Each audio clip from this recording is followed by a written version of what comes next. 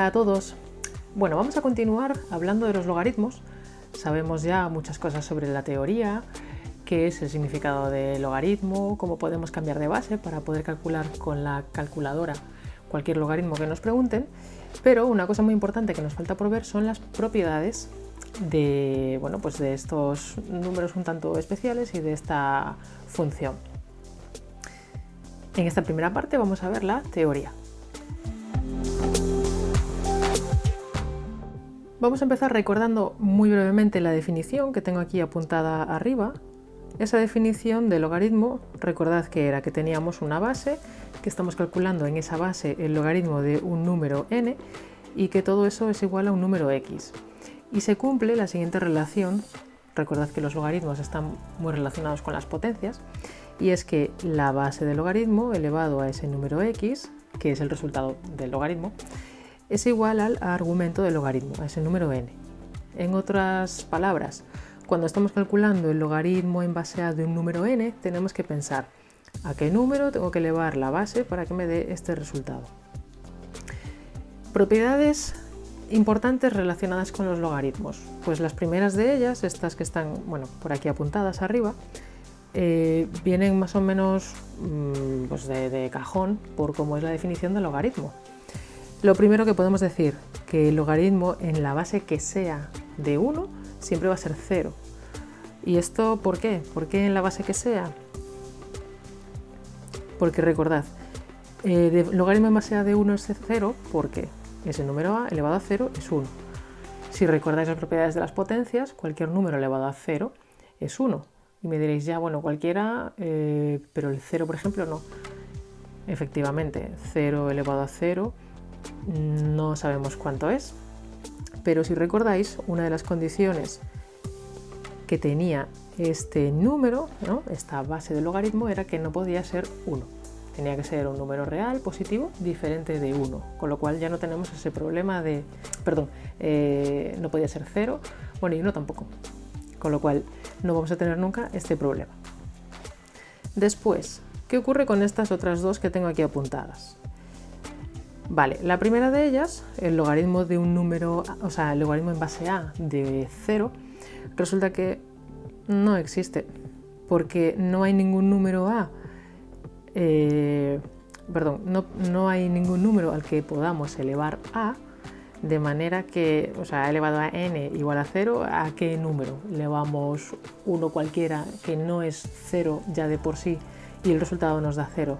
No hay ninguno que cumpla eso. La única manera de que esta potencia de 0 es que la base precisamente, ese número a que estamos elevando a una potencia, sea 0 ya de por sí. 0 elevado a cualquier número efectivamente es 0, pero por el mismo motivo que antes, ya sabemos que la base del logaritmo nunca va a ser 0, con lo cual esta propiedad lo que nos dice es lo que no puede pasar, por así decirlo. ¿Vale? El logaritmo de 0 no existe. Y después, ¿qué pasa con el logaritmo de un número negativo? Pues que tampoco existe. Pues si lo queréis comprobar de una manera muy sencilla, simplemente cogéis la calculadora, probáis a calcular el logaritmo decimal, que es el que viene más sencillo, de un número negativo, y veréis que os da error la pantalla.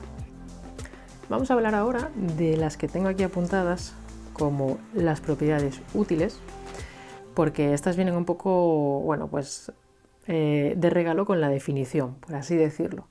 Pero resulta que las que de verdad nos van a interesar y no son tan evidentes y por la definición no las podemos sacar, son estas tres de aquí: logaritmo del producto, logaritmo del cociente y logaritmo de una potencia.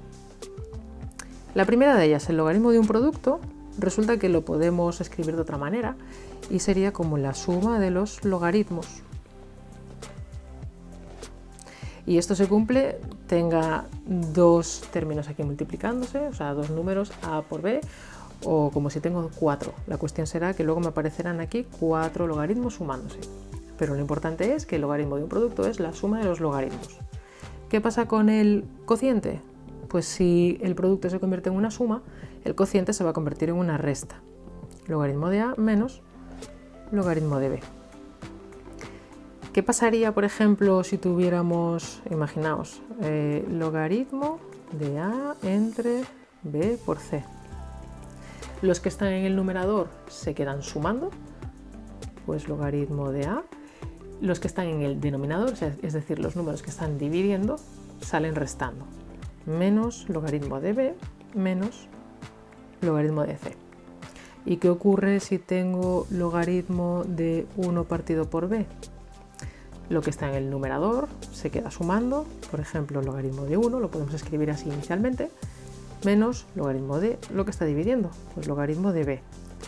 Y recordad, el logaritmo de 1, estábamos diciendo antes que era 0, por lo tanto esto en realidad es como si escribiéramos sencillamente menos logaritmo de b.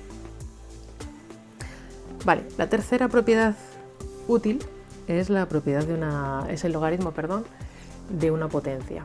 En este caso lo que nos va a ocurrir es que este exponente que tenemos aquí dentro va a bajar multiplicando al logaritmo de la base de la potencia que teníamos inicialmente. Vale, yo tengo aquí apuntado las propiedades útiles. Podríamos decir que hay unas inútiles, más o menos, pero es que en realidad no son propiedades, sino que son cosas con las que vosotros os confundís y lo aplicáis pensando que son propiedades y no lo son.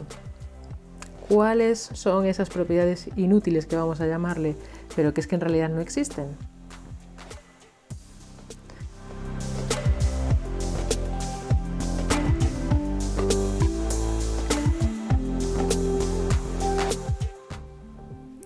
Primera con la que os confundís, claro, relacionáis producto con suma y entonces decís, vale, pues cuando tenga el logaritmo de una suma, esto va a ser el producto de los logaritmos. Y no, eso no es verdad. ¿Vale? Esta, caca. Logaritmo de una resta, como asociáis cociente con resta, muchas veces os confundís y decís, vale, pues esto es el logaritmo de a entre el logaritmo de b. Tampoco. Y, ojo, porque esta no es tan evidente, como a lo mejor os pueden parecer estas dos, en plan, joder, ya lo sabemos, no hay fallo. Logaritmo elevado a n. Es decir, ahora este exponente está afectando al logaritmo completo, mientras que antes este exponente estaba dentro del logaritmo. Es decir, lo que estaba elevado a n era solamente lo que está en el argumento, ¿vale? No era el logaritmo en su conjunto. Bueno, pues esto no lo podemos escribir como n por el logaritmo de a. Así que mucho ojo, con esta sí que es fácil confundirse porque realmente se parecen muchísimo, ¿vale?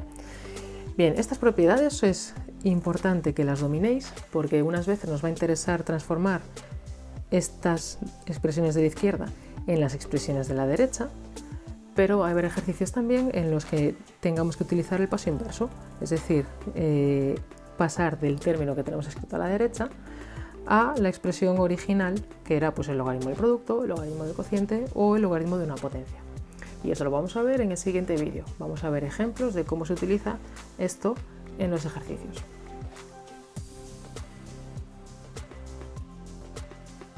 Gracias por estar ahí y recuerda que no es difícil, la clave es practicar.